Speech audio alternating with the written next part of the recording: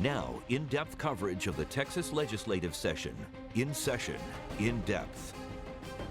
Spending their summer vacation at the state capitol. Hello, I'm Josh Hinkle. Thanks for joining us for a special web edition of In Session In Depth. What you see today, we taped on Friday, but check out our coverage on KXAN.com. Things can happen fast under the dome, and we'll have all the latest news there.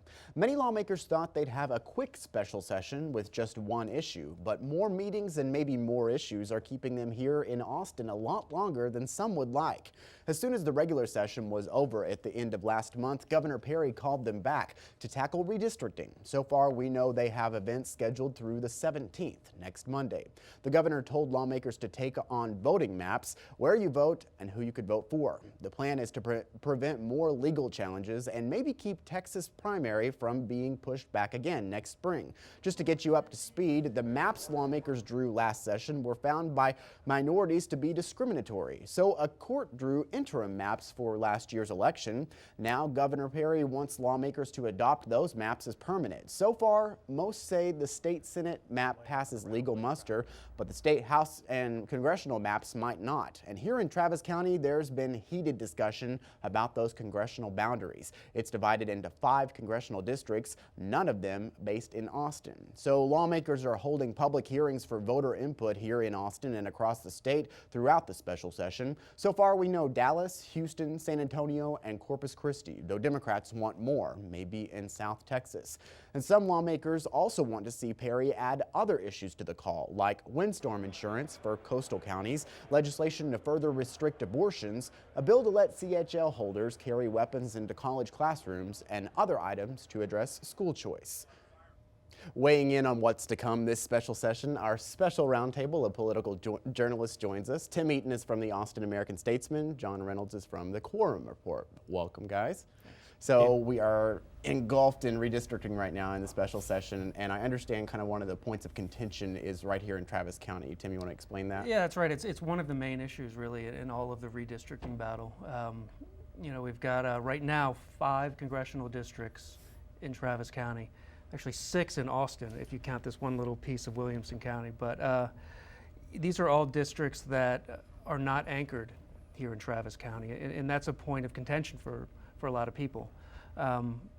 At the same time, there's other people that say, you know, this is a great thing. The more voices in Congress, the better. Not to mention 2 of those 5 members, Lamar Smith and Michael McCall, are both chairmen of powerful committees. Mm-hmm. And we had thought that maybe the redistricting portion of this might be wrapped up relatively fast earlier in the special session, but now they just keep adding more and more hearings. I feel like now the House isn't coming back until the 17th. So, I mean, what does this really mean, John? Well, it shows that redistricting, as always, we should have learned this lesson 2 years ago, it's always complicated, is the problem. The issue is that once you reopen redistricting, you're always creating a record for the courts because the Voting Rights Act comes into play. And that's what's happening right now. It's a bit of a head scratcher of a session, but they're realizing that once you start talking about redistricting, you have to do things like have hearings. And you can't have hearings just in Austin. So that's what they're doing right now, is that they're going around the state and they're getting opinions from people in Dallas and San Antonio and Houston, possibly the Valley. And we've got also other complications. There are other court challenges to maps out there. And all of that factors in and becomes multivariable algebra, basically. It gets really, really complicated very, very quickly. So that's the reason why it isn't. Yes, you're right, it was expected to be wrapped up very, very shortly, but it never is. And I'm under the impression that leaders thought that, you know, this was just going to be something where they could come in and adopt these temporary maps and they go home. But now they're actually introducing other maps that have been allowed to be brought up in these hearings. And Democrats are bringing them up, and Republicans are bringing them up. I would think that there's one that's kind of another point of contention up in North Texas. I mean, are we going to keep seeing any movement with that, or do you feel like that's just kind of a way to save face on, we'll let you hear some of these maps, but we're going to go with these temporary maps anyway? Right, and I think it goes back again to creating the record, is that you have to at least show that you've heard these alternate plans, right? Yeah, you're right, Governor Perry very narrowly tailored the call to try and move things along as quickly as possible. But when you talk about the Voting Rights Act, again, you're talking about federal courts. And so this is something they have to be very, very careful about, especially since Democrats do represent the districts where you have minority candidates of choice. It becomes very, very complicated very, very quickly. And again, we're going to hear all these arguments in court Maybe Tim will be there, maybe I will as well later in the year. And so it's very important that they create this record. And I'm sorry, speaking of federal courts, I've been talking to some sources recently, and they think we're going to be right back in a situation where we have this panel of federal judges in San Antonio drawing the next set of maps. It might not even be the legislature at all. And they're going to have to do something pretty soon, otherwise they're going to be moving election dates for 2014. And that's scary for some leaders, right? Perhaps didn't do David Dewhurst very much good during his Senate race. I can't imagine he would want to go through that again, but who knows? Maybe he would want to have a later race. He's been proving his conservative credentials pretty solidly here over the last few months. Mm-hmm. You think so? Oh yes, I think so, and certainly, you know, that the Attorney General is one who defends the state on all of these things, and if the primary schedule is upset again, maybe the Attorney General will maybe not get as many Christmas cards this year from other Republican candidates if the primary schedule is yet again disrupted. But again, so much of this is beyond the hands of the leaders in Austin, because we do have a challenge sitting before the Supreme Court dealing with a very, very important section in the Voting Rights Act in which it might or might not go away. And the thing is, in Texas, the only final ruling on the maps that were drawn in 2011 were found by that Section 5 court. And so what happens with this Section 5, this pre-clearance section of the Voting Rights Act, it has very much to do with how things are going to proceed. And so it could make things immeasurably more complicated. Yeah, and I think it's going to be pretty tight. I Yeah. mean, I think there's a lot of people are guessing it's going to be a 5-4 decision one way or the other, with Justice Kennedy being the sort of wild card out there right now. Yeah. Well, I keep feeling like we're just talking about redistricting because that's the only thing on the call right now. But we've got some number of days left in this 30 limit day special session. Do you think that anything else is actually going to have time to make any movement? Well, we have 19 days, and there has been no shortage of lawmakers who would like to see things put on the call. Senator Zaffirini, for instance, who represents actually a small part of Austin, has been very insistent that tuition revenue bonds be heard because that was a bill that she wanted passed in the regular session. It died. We have other lawmakers who have a wish list of bills that they would like to see the light of day. We have things like campus carry, fetal pain. All of those things could be added to the call by the governor. We have 19 days, and so it could definitely happen. The way that the adjournments, recesses have been happening, there is the ability, while they're not here to have bills heard in committee, to be referred to committee or heard in committee. All they need is a governor to say, this is what you do. And you never know. I mean, you could have things added to the call as soon as today. It stands to reason, though, if you're going to have something added to the call, it would happen very, very quickly. If not today, then very, very soon, just so that committees could get organized and ready to pass out bills. And he said it has to be something, the governor said it has to be something really that they could find some common ground on and make some movement, correct? Yes, and that would seem to point at something, say, like transportation, or maybe something else that could definitely cause consensus, like dealing with, say, juvenile justice issues. Again, there's nothing to say that Perry will act on any of these. He tends to keep these things close to his vest. But, as we found on special session, when it happens fast, right? I mean, we gavelled out about 5 o'clock, and at 6 o'clock they had started the special session. So that's the way it can happen sometimes. And he's got a deadline that's approaching even faster. I think about a week from now he has to make a decision about what he's going to sign and what he's going to veto. Yes. So far we haven't seen a lot of decisions made about the veto process, but are you hearing anything down the line? Well, everybody is talking about HB 5, the Testing and School Accountability Reform Bill, the one that has a huge constituency among a certain set of GOP primary voters. We have the group of mothers across Texas who have organized and been a very motivating force trying to lower the number of required tests for school children. They find that they think that children are being over-tested. And what we keep hearing, with the buzz that we keep hearing, is that that bill's in danger, that Perry could veto it. And, for political junkies, what Perry does on that bill is one of those tea leaf things. It's one of those that tells you what he's going to do, what his political future is. And again, that's the other X factor here as well. Perry has not signaled whether or not he's running for re-election.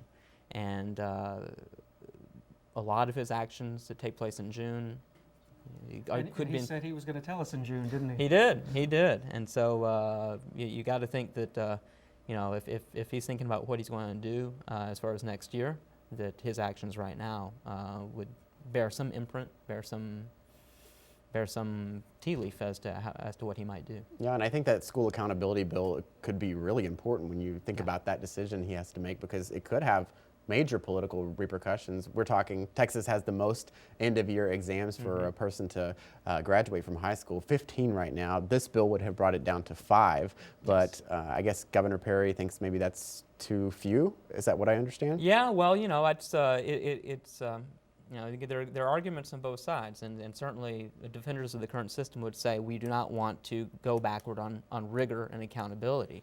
We've done a lot of reforms to try and make sure that our children are well prepared for college, and so that's a strong argument. As is the argument that maybe they're being over-tested and teachers are teaching to the test, and you're not having as much flexibility in teaching them in things that would be of value to them in life. And the other thing about this issue is that it is an issue that among primary voters, again, the people that Perry needs to be concerned about, this is an issue that can move the needle. This is an issue that can mobilize voters to vote one way or the other. So this is why this is such a closely watched issue among the people in the Capitol. And what do you think about his future? What's he going to do? Well, you asked me for a prediction right now. I wouldn't dare try to answer that on camera. But you know, there's a lot of people that are anxiously awaiting some sort of answer from him. Obviously, the Attorney General is, who most people think wants to run at the governorship. But if he empties out that seat, there's a whole host of people that want to take over to the Attorney General. Dan Branch is one. I heard Stephanie Carter over the last couple of days. Republican lawmaker from Dallas. So yeah, there's a lot of people that need to know pretty soon where they're going to run. It's kind of that trickle-down effect. Kind of is. Yes, and you know, this is a byproduct of having the people at the top be there for so long. You know, Combs has been comptroller for a long time. She's not running, and there was a feeding frenzy directly afterward of people who are really considering doing this. If Governor Perry decides not to run for re-election, that's you know, that reorders the whole political map. And so what we saw with the comptroller in the immediate aftermath of her announcement, tenfold, if Perry says he's not going to run. And it, you know, it could be interesting too if he says, yes, I am going to run, and then Attorney General Greg Abbott's got to figure out, am I going to run for then lieutenant governor, in hopes that perhaps Governor Perry will run for president and he can kind of take over the top seat at that point. Or the catnip option for all the political reporters in the state, he runs head to head. Yeah. That would be interesting. Yeah, but you know, with all these decisions up in the air, we keep talking about this special session because there's a 30-day time period he can call any special session he wants to, and there have been multiple special sessions in the past, even with Governor Perry. But do you think that we could see another special session in the future? Well, everybody's assuming that whenever we get a final decision on school finance, and at this point, who knows when that's going to happen, because the news this week was that the judge hearing that at the district court level is going to probably reopen the record to admit evidence of what happened this session on school finance, and a lot of stuff happened on school finance, so that's a good idea. So we don't know when there's going to be a final ruling there, and of course that will go directly to the Supreme Court.